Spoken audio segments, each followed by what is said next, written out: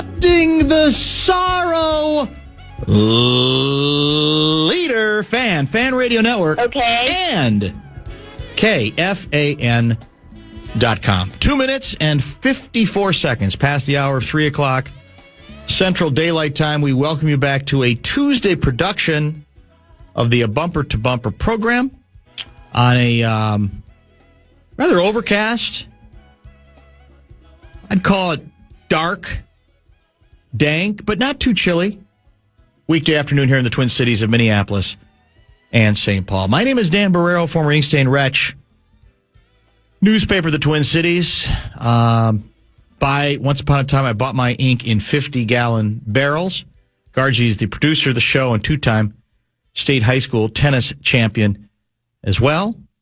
We're delighted that you are along for today's ride. Bradshaw and Brian KFAN text line, I think, is rebooted. Common had all sorts of issues where he kept hitting the wrong button, and then he thought we were going to have to start over, and then he was just trying to use one hand because he's got some goop in the other hand that he's got to deal with some affliction. A lot going on. A lot going on. Well, cut to the chase. What he said is, "I'm getting old." I said, "Well, we're all in that particular boat. There's no question about that. But we'll get through it one way or the other." We have two outstanding guests for you today. There's going to be, not surprisingly, I don't think, a lot of hockey and basketball conversation, and that means a number of outstanding, well plugged in guests on the NHL playoffs, the Stanley Cup playoffs, and of course in the NBA as well. To that end, Louis, Tuesday regular, is scheduled for 5:30, and Mitch Lawrence, former NBA big knocker Mitch Lawrence, will join at 3:30 this afternoon. We've got a number of other guests lined up for the rest of the week. We'll give you details on that as we get a little bit closer, a little bit further along in today's broadcast as well.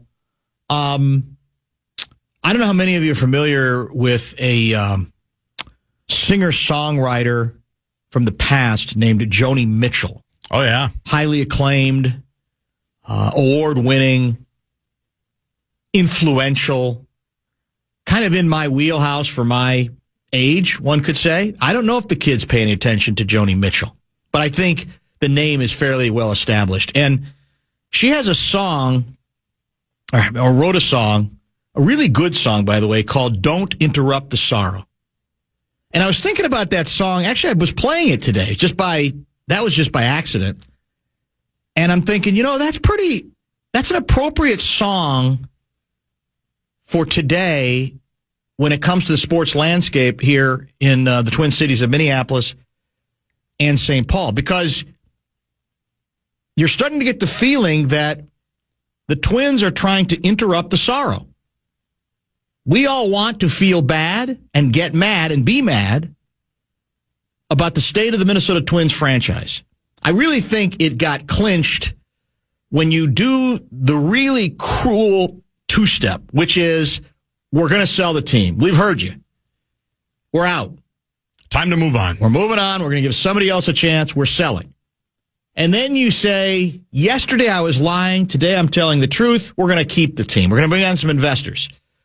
And if they had never presented themselves as being ready to sell, then I don't think there would have been quite the angry, visceral reaction to when they did the Sirwanga, when they did the backpedal on it, right? That's what added to it, is you raised our hopes, because we just assumed you were going to have it in the family forever. Yeah. You raised our hopes. We think one of the Ishbia brothers is going to buy it. That's true.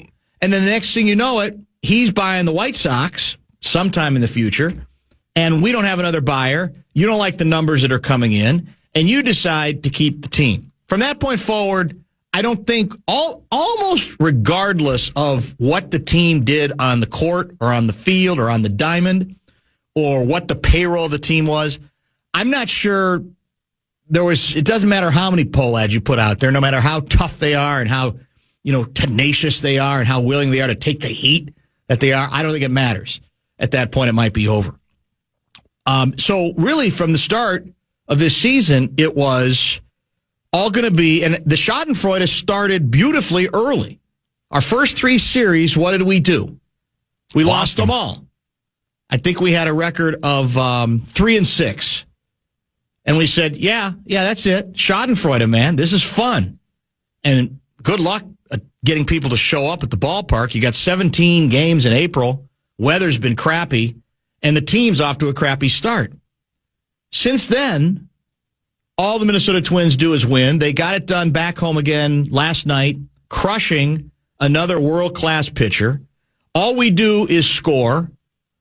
All we do is drive in runs. All we do is walk. That seems to be one of the hidden stats early, which, by the way, has not always been a strength of the Minnesota Twins in recent years, even good teams. They seem to be, and I don't know if this is a managerial philosophical switch or whatever, at least so far, they've been pretty disciplined and discriminating at the plate, right? So if you're in the group that thought this whole season was going to be about Schadenfreude, it still might well be.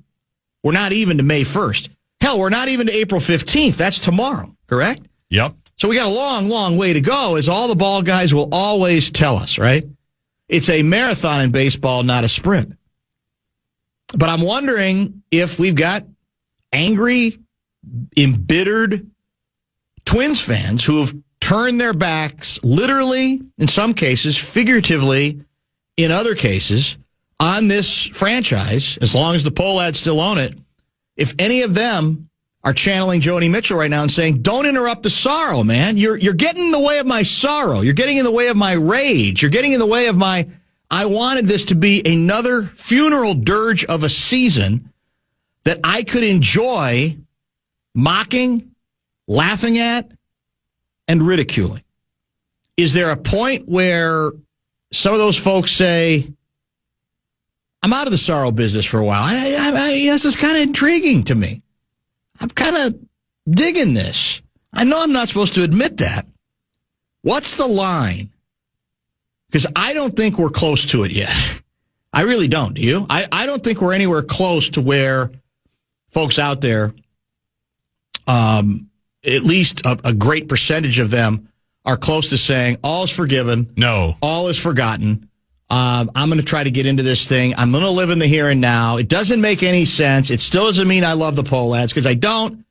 But, you know, I'm not going to hum much longer the Joni Mitchell tune, Don't Interrupt the Sorrow, because I was looking to revel in every minute of that sorrow again in 2026. It will be the interesting thing if this continues. How long, we talked a little bit about this on Enough Said, how long do fans hold it against the team, their bitterness for the ownership? Because the guys on the field are just trying to play and do their job, right? Correct. None of this is their fault. No.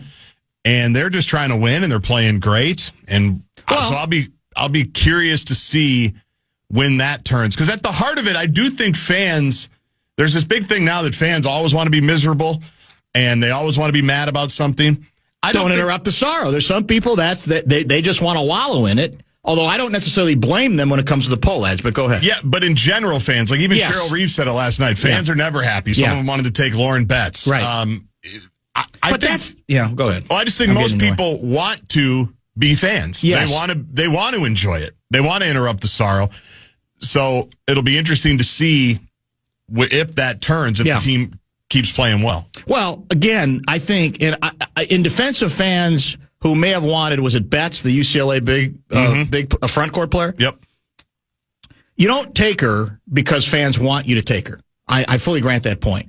But this happens men's basketball, women's basketball, every year. If you have a high-profile college player who helps her team win the national championship, there's going to be a lot of fans who maybe haven't done the deep dive. Correct. About other options, even the TCU point guard that we got, and they say, yeah, why did you take her? The UCLA looked pretty damn good to me. That is the nature of fandom. Teams shouldn't listen to it. They shouldn't be prisoners of it. But that's not surprising because she was a hell of a player on a hell of a college team. In fact, I think UCLA made history on the women's side, at least. First time 5 players from the same team were drafted in round 1 in the WNBA draft. I don't even know how often was that. Has that ever happened in the NBA? 5 players in round one the same team? The closest I feel like would be like Kentucky in the Cal heyday. Yeah. When he had Carl and all the ones and dones. That would be the closest. The Fab Five? No, because they came out different years. Yeah, that's exactly right. So to me, it's almost the Kentucky, one of those Kentucky teams. But yeah, and their sixth player went higher than another starter, that's the Minnesota kid, Neepkins. You're right. She's a second round pick, but like top 18. Yeah. 6 players in the top 18. Good team. Good program.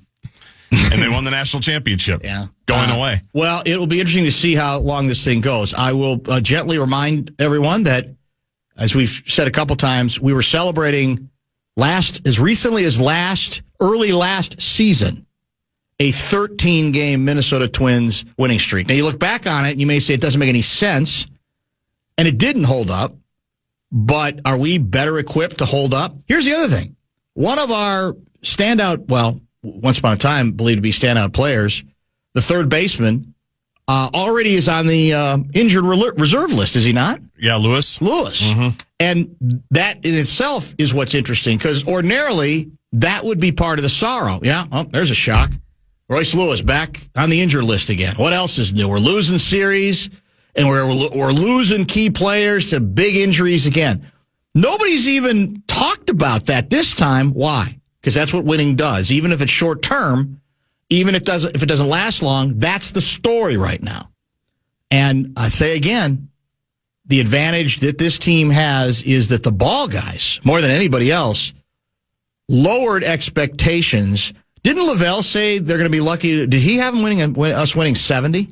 I don't remember his official prediction. I think it was a low. Everybody was in the 70s. Some people thought we were going to be vying for last place in a mediocre division.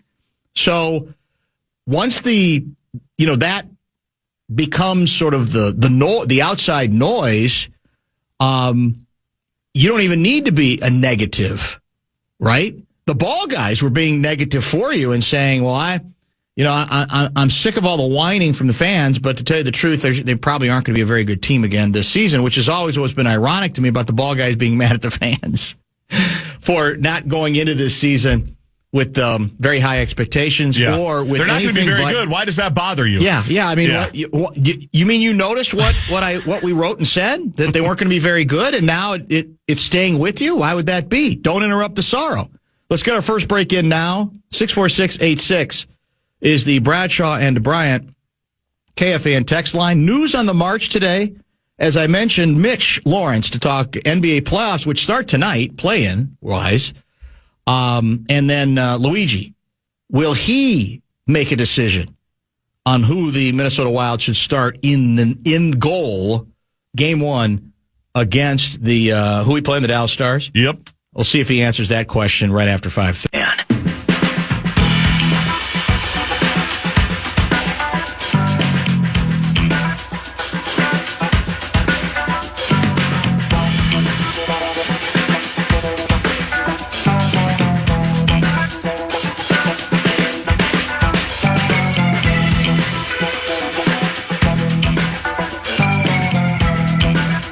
Naysayers, you know you're out there. You know you believe in that Joni Mitchell song. You never want your sorrow interrupted. You want to wallow in your self-pity. Refuse to give this proud young club, new manager, any credit. You guys never gave this team a chance. Maybe that's part of the fuel. Maybe we'll look back on it when they make the when the magic number is down to like 3 or 4 to win the division. Maybe we'll look back on it and say, yeah, Dan Cole, you doubted us, and here we are. Maybe that's what it's going to be. That's what we're going to find out. That motivated the club. Now, I think you got to be good, though, don't you? Is it enough to be angry? To sustain whatever your ire is regarding being disrespected. You can't sustain that over an entire baseball season and be successful just on anger, can you? Don't you have to have... Baseball seems unlikely. It's so long, and I think you still have to have players who can make the right pitches, right? Take care of things defensively in the field, hit the ball out of the ballpark, the whole bit. That's my view on it. It's hard to smoke and mirror your way through a baseball season. I think it is, and that's what some people love about baseball. Is that you can't, that it is a marathon to that extent. Long way to go. I wonder if this might be a burner account for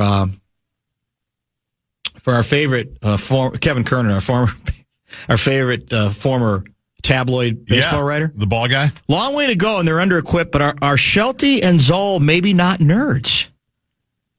Are we shedding launch angle and a requirement to use at least 5 pitchers per game, and whatever else the old algorithm that isn't watching the humans play the current game spits out? We know it's not good baseball. That's a question I think Kernan would appreciate and might even ask on his own. Possibly. We talked yesterday about the fact that we do seem to have a different approach in keeping pitchers in longer. I occasionally defended the Ball Dalai Lama on this because I thought some of what drove him to take pitchers out early was a belief that the pitchers he had weren't very good. And maybe there was more to it than that. I don't know. We'll have to see it for some time. As 612 guy says, all this analysis, discussion, blowback, etc., you can reduce all of it to baseball being a funny game. It is a funny game. Baseball is a funny game. Dan, I plan to go to a couple games this year just because my total boycott last year felt too stark. And my family and friends have traditions going back a number of years or even decades of going to Twins games together. So I plan to get to a couple games this year, but no more than a couple, quite frankly, not until the Poads sell the team to someone else. He describes himself as a long-suffering Minnesota Vikings fan. That raises a really good ethical question. I don't know if the ethical is the right term. Maybe it's a morality question. I don't know. Could be philosophical. At what point, what are your priorities in life? Is it more important to, in your own mind, stick to whatever principle you have about I'm not supporting this product for reasons that should now be made obvious? So I'm not going to do what I would ordinarily do, which wasn't to go to like 20 games a year, but maybe to go to 4 or 5 and go with family and friends to see a ball game. That's, you could argue, quite a price. You say, how important is it to stick to that principle, and at what cost? Because you're costing yourself. Leave the Poads out of it. The experience, the shared experience of being around friends and family. Yeah, and right? We're all running out of time. Very true. Sad but true. It's how it goes. It is how it goes. I'm not here to judge. I have no problem for those people who say they want to stay away. I really don't. But that's the question. Now, you could also make the argument that attitude, Dan, is exactly what losing operations like the Twins count on. They do. The emotion of it. They go, oh, but it's a ball game. It's a beautiful day in mid-June. If we have any home games in June, I don't even know. In mid-June. And, come on out. What's it going to hurt? Day at the ballpark. We got the best menu in baseball. It'll take you 20 minutes just to figure out what to order. Don't even think about getting a hot dog or a dome dog or a burger or Cracker Jacks. That's out. It's got to be something more foo-foo than that. And that's the comeback. As I said to me, then you become an enabler, because that's what bad organizations count on. That's what the Cubs counted on for decades. Oh, it's Wrigley Field, man. It's tradition. Friendly confines. Dan, how many times did you go to a ball game with your grandparents? You're going to boycott that? Just to make a point about the Cubs being terrible or cursed or whatever the case may be? At what cost? What are you losing? Dan, Justin, wasn't there a University of Florida team that had 4 go in the first round? Noah, Brewer. Yeah, Horford. McCants, but McCants was North Carolina. McCants was North Carolina. Who else was on that team? There were 4 from that team. You mentioned Horford, so that's 3. Are we forgetting one other one? I'll take a look. We'll find it. There were 4. I don't think 5 in that case. Greg from the 715 guy writes, relax. We are still 10 and 152. What does that mean? There's a long season ahead of us, and once the teams figure out our lineup, we will be lucky to win 75 games, just keeping it real. If I had to bet, that's probably what I would still bet on, to be honest with you. What's up, Dan? What up, Guardsy? The Twins are playing like Major League. Olivia Miles brings high intrigue. Dallas better be ready for our blitzkrieg. Wolves in 5.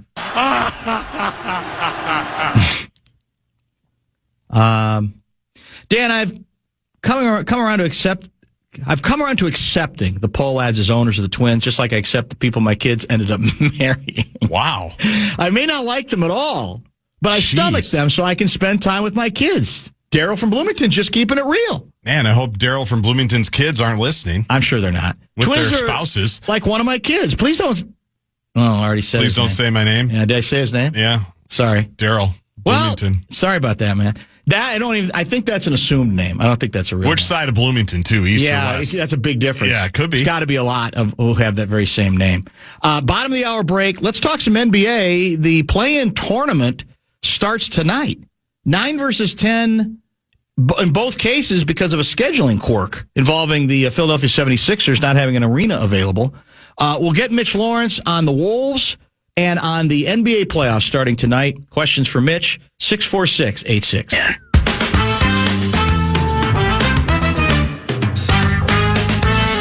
Just, I believe, 2 straight days in which we have featured a guest who figures prominently on the Sirius XM NBA channel. Yesterday, it was Sam Mitchell, who, of course, returned for the Kevin Garnett reunion with the Minnesota Timberwolves that took place on Sunday. And today, it's Mitch Lawrence via the Connecticut Water Systems hotline as well. Let me ask you one serious. I won't ask you the same question I asked Mitchell about Sirius XM. I said, who is the most annoying person you have to work with from time to time on Sirius? And, of course, he was very diplomatic. He wouldn't go there. He just wouldn't. So I won't ask you to do the same because I won't put you on the spot. But I'll put you on the spot a different way. What are the odds that we could get sometime during the playoffs your guy, Termini, Justin Termini, on the program? Does he do any local shows, or is he too good for that? I don't know. That's a good question. I'm not sure. Have we gotten Isola yet? Any luck? No, I'm still dead to him. I told you. Nothing's changed. Oh, boy. Yeah, I haven't. Man. I don't even try anymore. Yeah, I was going to say, we haven't tried. Yeah, that's true. You haven't tried. I haven't tried. Yeah. I guess maybe I take one more shot at it, just for the hell of it. All he can do is ignore it, you know. Yeah, right? I think Justin would. I shouldn't speak for him, but listen, you know, now he's got a show that goes on as you're going on. That's true. Who knows time wise, but he'll. He loves to talk. All these guys love to talk. As you know, did Sam keep it brief? Was it 500 words or less? I think 2.5 questions in. He was on 22 minutes. Yeah, good luck. So, you know how that goes. Good luck on that. Yeah. Well, here's how he let us know how dedicated he was to surprising KG by coming back for this event. He said he made a last-minute decision to come back for it, and then when he checked the flights out of Atlanta, there was literally one seat on one flight left that was going to get him here in time, and it was a middle seat in coach, and Sam took it. Whoa. He took it. Sam Mitchell took a middle coach seat. Think about it. I'm impressed by that. That is impressive, That's isn't it? It's a great move, and I'm sure he got a great fare. Yeah, that's extremely good fare. There's no question. This day and age, Termini, he strikes me as the guy who basically fashions himself as the most argumentative, right? Like, he likes to mix it up, even with the people he's on with, right? I assume he's done that with you. Mitchell said, I didn't even know that he used to be on with Termini first, and that once upon a time, Sirius XM was like, NBA channel was 2 hours a day, and it was Termini and Sam Mitchell, and that was it. and now it's grown into this monster ever since. At least that's what he told me. Well, that's interesting because the way I remember it, there was a show called, this is back in around 2006, maybe. Okay. It was called Full Court Press. The main host was a guy named Ian Eagle. Oh, he yeah. disappeared. He fell off the face of the map. You never heard from him again, right? That's right. So it's Ian Eagle and Kenny the Jet Smith. Really? Now, here's the interesting thing. This is where I get involved. They hired me. They like what I did. They said, you know what, though? We want a former player. Why don't you back up Kenny? You'll work occasionally. He's not going to work all the time. Right. Well, let me tell you something. There'd be 9 straight days of Mitch Lawrence on with Ian. They couldn't find Kenny Smith. They couldn't find Kenny Smith. He'd do a show, then he'd disappear for a couple of weeks. He'd do another show, he'd disappear. So to me, he was great. But no, the guys who are the most argumentative are Termini and Eddie Johnson. Yeah. They argue, and that's their kind of the shtick. Claim to fame. Yes. That's which is, you know what? A lot of, to me, some of it's contrived, some of it's fine, but they go, like, when I've worked with Eddie, there'll be times in the summer where Justin's off, and I'll work with Eddie, and Eddie wants to pick a fight with me just out of the blue, because that's his nature. Yes. And you wouldn't always bite, is what you're saying? You wouldn't always fight with him? I mean, he'd always fight me on, he's a huge LeBron guy, as you know. If you read social media, the guy is just, obsessed. Well, I'm kind of a Jordan guy, Me too. So one time when I was on, and Eddie knows this, he brought on Isaiah Thomas on the show so they could have a 2-on-1 against me. Perfect. That's perfect. Yeah, that's perfect. Yeah. Well, Isaiah, have you heard Isaiah and Michael haven't made up? No. Well, in fact, I just talked to, we had Double T Trent Tucker on the other day, who's still in town. And by the way, Trent Tucker has 2 outstanding young high school. Oh, one of them's in high school. The other one, I think, is a little younger than that. Hockey players on the NHL track. Trent Tucker has raised 2 hockey players who wanted no part of basketball. It's a great story for somebody to do nationally. It's kind of funny. But I asked Double T, you guys maybe even talked about it. Isaiah goes on one of the podcasts. I don't know, there's a million of them. And his proposition is, if you replace Jordan with Kevin Durant in the triple post, the Bulls would have won 6 titles the same way, no difference. Isaiah, I love him. He's an underrated player. I just don't get why he doesn't give up the ghost. It's such an embarrassing position. It just is. Yeah. That whole thing with, Kevin Durant could just easily replace Michael Jordan. It's so absurd. It is. And I think Isaiah has to know it, but he does. He just won't give it up. Yeah. He just will not give it up. So, anyway, but that's getting back to serious. Those guys are combatants. Frank Isola and Brian in the morning, they're really not combatants. When I'm on with Frank, it's a love fest. We don't have fights. What's there to fight about? I mean, come on. Understandably so. It's warranted. Yeah, then that's a different issue entirely. All right, real quick, because I do want to talk several different series, but let's get to, because tonight we got play-in stuff going. So we got, here's the team. Charlotte's the team that interests me. Now, there's still some people trying to tell me, watch out for Miami. This is what they do. I don't see it this time. So that's a 10-9. Miami's the 10 at 9 Charlotte. That's the, I think, early game tonight. And then the late game is Portland, an 8 seed, at Phoenix, a 7. Do you give Miami any shot? Is it are you on the Hornets bandwagon, or what do you think? I hate this plan. I've hated it since day one. I think it's just, just to get the top 8 seeds work for 1,000 years. And now, in the last whatever, they brought in all these other teams, and Golden State coming in 8 games under 500 as a 10 seed. It's absurd. To me, just go with your top 8 and forget about this. But all right, it's here to stay. I understand that. I'm not on. Listen, I don't trust the Hornets. They've had a great year. It's great for their fans. It's great for them. They've got, young, rising players. It seems like LaMelo Ball is now interested in being more of a winning type player than a showman. And they've got, other young, talented players, Bridges and Brandon Miller and Con Knipple. But, I don't know what Miami, everybody thinks Miami's going to go in there and win. Last I checked, they were like 5-point underdogs. And I know they've got more experience, and Spoelstra's got, they've got all more experience at these type of games. But I'm not impressed with Miami because they don't defend at all. So Charlotte could have a big scoring night and actually, get out of that game. So we'll see. But the whole thing is just such a contrived piece of nonsense to just keep teams needlessly alive. Nobody's going to make any noise. I know Miami did a few years ago, but nobody's going to make any noise. And it's just.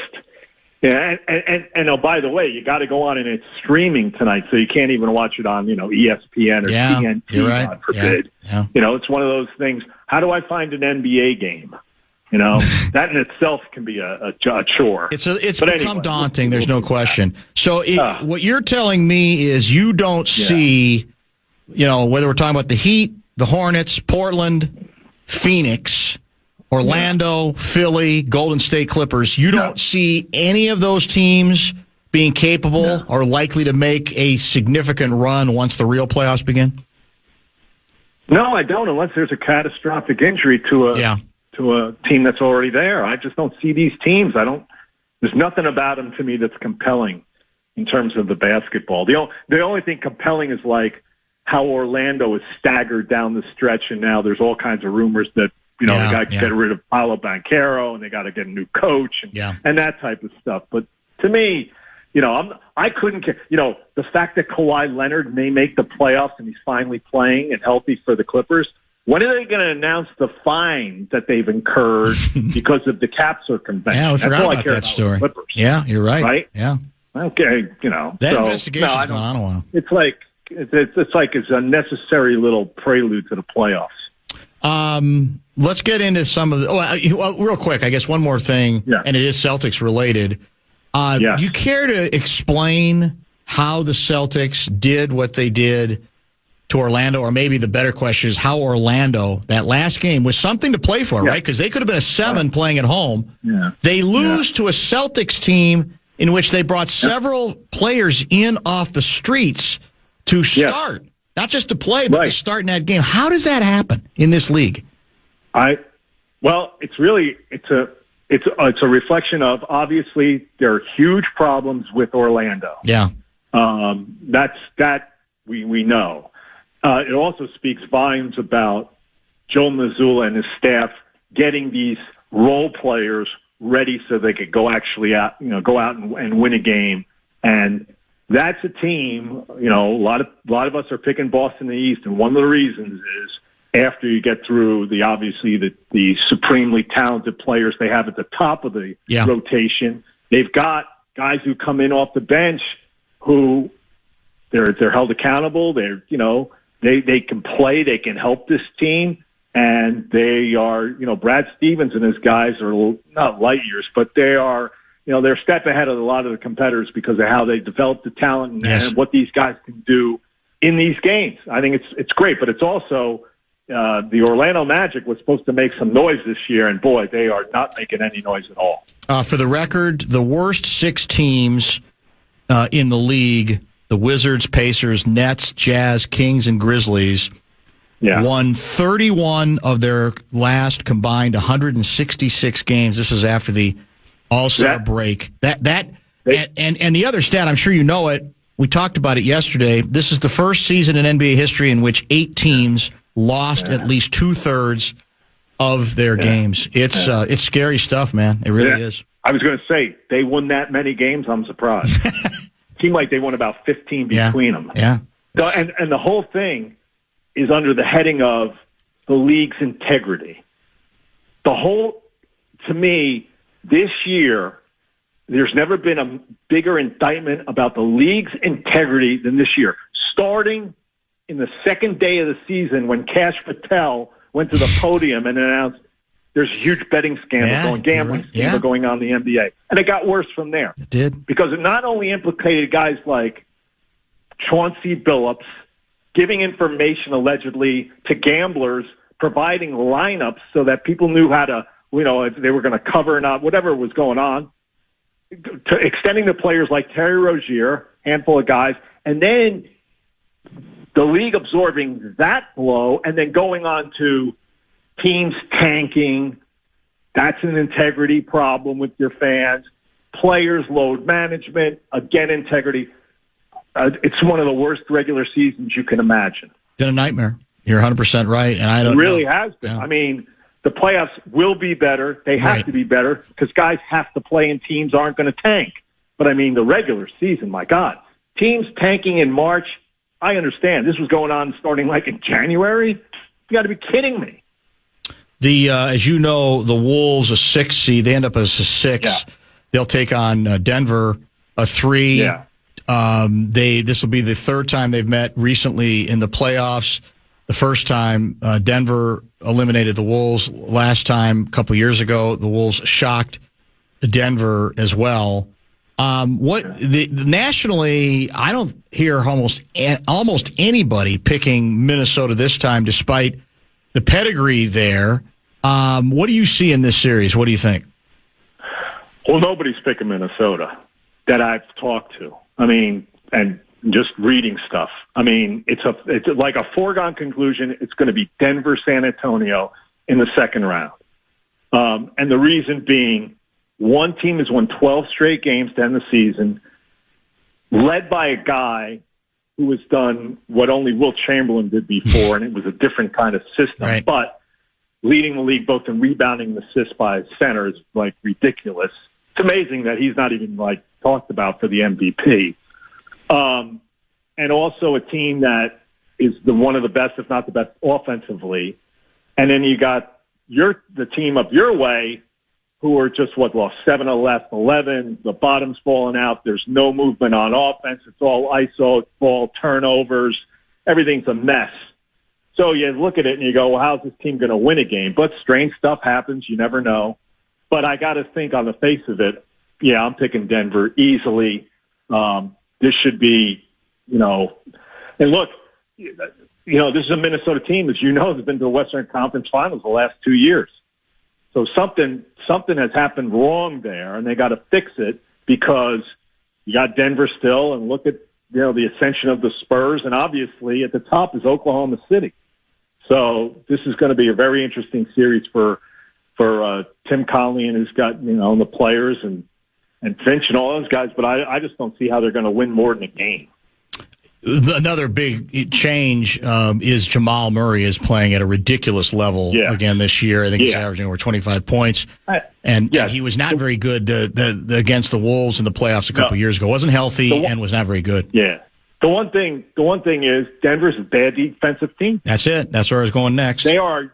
So you're going to hang your hat on, all right, we haven't been great offensively, but we're going up against a team that defensive rating-wise, it's like they and the Lakers are two really bad defensive teams that happen to be in the playoffs.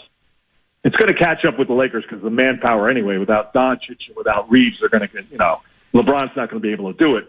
We'll see. Denver will probably survive at least this round. But in later rounds, they don't play defense. They're not going to beat maybe San Antonio or Oklahoma City. We'll see. Do you view in the West Oklahoma City as still the prohibitive favorite, or do you put the Spurs with them, or do you put Denver in that top plateau too? No, I put Oklahoma City above everybody. I really do. And, to have the year they had and Jalen Williams, their number 2 guy, missed a lot of time. They know they can play. I think they feel like they haven't hit their ceiling yet. And they've now been the number 1 seed. This will be 2 years in a row. The last champion to be the number 1 seed 2 years in a row and go back-to-back in champions was not Golden State, was not Miami Heat, was the Chicago Bulls. So this is a rare thing that they could accomplish. And you read the quotes coming out today from their coaches and players. They all know last year they had a little bit of luck on their side. Game 7, they survived 2 Game 7s, especially the one where Halliburton goes down, where they're losing Oklahoma City. And we saw what Halliburton did. Nobody talks about this. I mean, Halliburton's he had 4 game-winning shots in the last seconds of the playoffs, which was like a record. The guy was emerging as like something we had never seen before. Those of us who had watched Jordan and watched Bird and all these guys, and now we got Halliburton, and he goes down with this injury. And Oklahoma City knows they kind of got lucky there, winning games. So what does it tell them? It tells them, last year, this is the whole thing. We got to, remember we needed some luck on our side, but we got to go out and take care of business. So it's going to be fascinating. I think they're going to handle business well. I still think they are the clear-cut team to beat. Is Brunson going to share the ball on the Eastern Conference side? Will he give up the ball every once in a while to my guy, Cat? Well, you know what? In the first, a lot of people think Atlanta's going to beat them, or Atlanta's going to give them a hard time. They can't guard Karl Anthony Towns. They have problems with bigs. Brunson has to get the ball to Karl Anthony Towns starting in this series and then continue it if they emerge against Atlanta and play, let's say, Boston in the next round, as everybody thinks. But who knows? I mean, listen, there are certain guys who are under a tremendous amount of pressure as the playoffs start. Donovan Mitchell in Cleveland's one of them. Mike Brown is obviously the other because of the Tom Thibodeau effect. Mm-hmm. The Knicks had their greatest playoff run in 25 years. They won 10 playoff games. And how'd they reward Tom Thibodeau? They fired him, and they brought in Mike Brown. It was like their 8th choice. So he's never coached in a pressure situation like this. And it's going to be interesting to see how he does, the little things, the adjustments, stuff that Tom was really good at. And, they got a better bench this year than they had last year. A lot of guys who were on Thibodeau's bench last year aren't even in the league. They wouldn't even make the Celtics. So we'll see how it shakes out. But I think the Knicks, I'm picking Boston. You are picking Boston. To go to the finals. I'm picking them over Detroit. I'm picking them over Cleveland and New York. But New York certainly has a lot of good, guys who have been there. They're all experienced. We just don't know how they can defend, and we just don't know when it's at the other end who's going to pick on Brunson and Karl Anthony Towns, because teams are going to go after those guys. I find myself pulling for Detroit. I don't know. There's a lot of talk about the shooting and obviously lack of playoff pedigree. Yeah. I love the way they play, man. I really do. I love the way they compete. I love the way they play. They're a very pleasing team to watch. It's fun. Joe Mazzulla came out the other day, and when Gary Washburn of the Boston Globe asked him about the Coach of the Year stuff, he said, "It's stupid. I don't want to be good." Well, good, because you know what? It should be J.B. Bickerstaff's award anyway. Yeah. To me, I mean, the guy. Last year they were the 6th seed. They've gone up to a 60-win team. They didn't have Cade Cunningham for 18 games. They still went 13-5. They're the number 1 seed, a 60-win team. Can J.B. Bickerstaff get an award? Is that possible? You're asking a lot. Well, it's hard to argue. I mean, Celtics guy's got to be in the mix, given who they. This was supposed to be a gap year, right? But I know he's definitely in the mix. Yeah, but I mean, and he didn't have Tatum till March. And he played all these. I mean, can you believe what Peyton Pritchard does? There are times I watch games during the regular season where the Celtics were beating Denver, they're beating the Knicks or whatever, and Peyton Pritchard's the best player on the floor. How's that possible? It doesn't seem possible. I agree. It's insane. Right? It's remarkable is what it is. So yes, Joe Mazzulla is still going to get a lot of consideration, even though he doesn't think it worked. But all I'm saying is J.B. Bickerstaff has done really a tremendous, not to have Cade Cunningham and to win 13 out of your 18 games with a team that really does, we're all wondering, who's going to be the second guy? If Cade Cunningham can't score, who's going to be their scorer? It's been tremendous. So for JB, that's a shout out for him. Who's your MVP?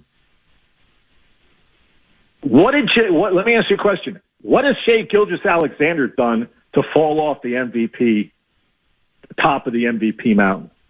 Where did he take a slide back? Why is everybody just anointing a guy who's playing 29 minutes a game in Victor Wembanyama? I know he does great things in 29 minutes a game, but to me, there's this total rush to anoint him the MVP. I'm still going with SGA. I would put Jokic second. Interesting. Myself, just based on his individual, he's done something that only Wilt did, 1,000 years ago. But look, everybody's in love with Victor Wembanyama. I hope there's a point in his career where he can approach starters' minutes. I don't know if that's possible. Maybe he doesn't need to.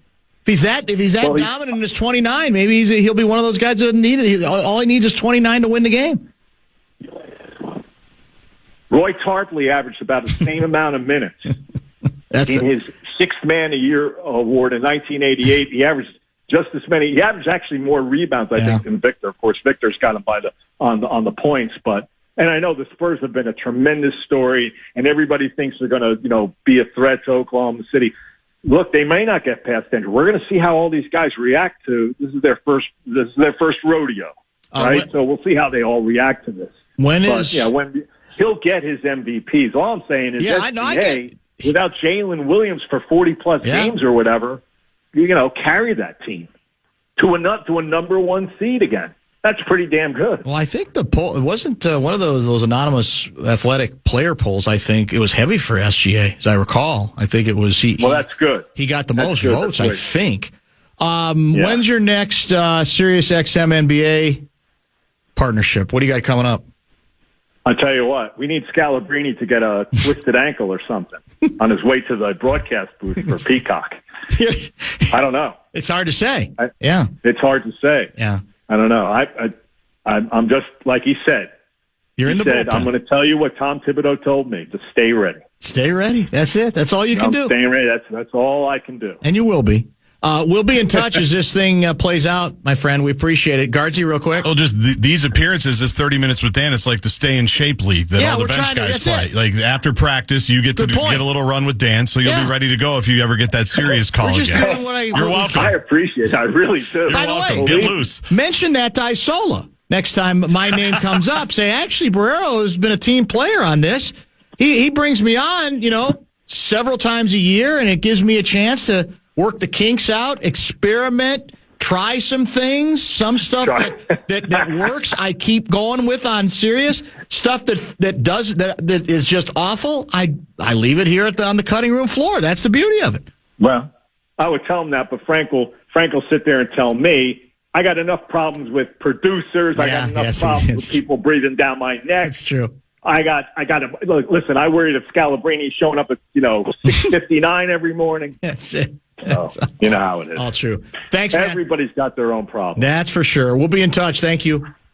Thanks, guys. See ya. Take care, Dan. Thanks. Mitch Lawrence, a longtime NBA writer in Dallas, former teammate of mine then, went then to the New York tabloids, continued to cover the NBA forever, and now has gone over to the dark side largely of radio as well. Louis to talk hockey at 5:30 and other things with Luigi, I'm sure. That's in about 90 minutes. We got Top 5 at 5 yet to come. Lots of interesting texts coming in. We got a news on the march to discuss as well. Please stay with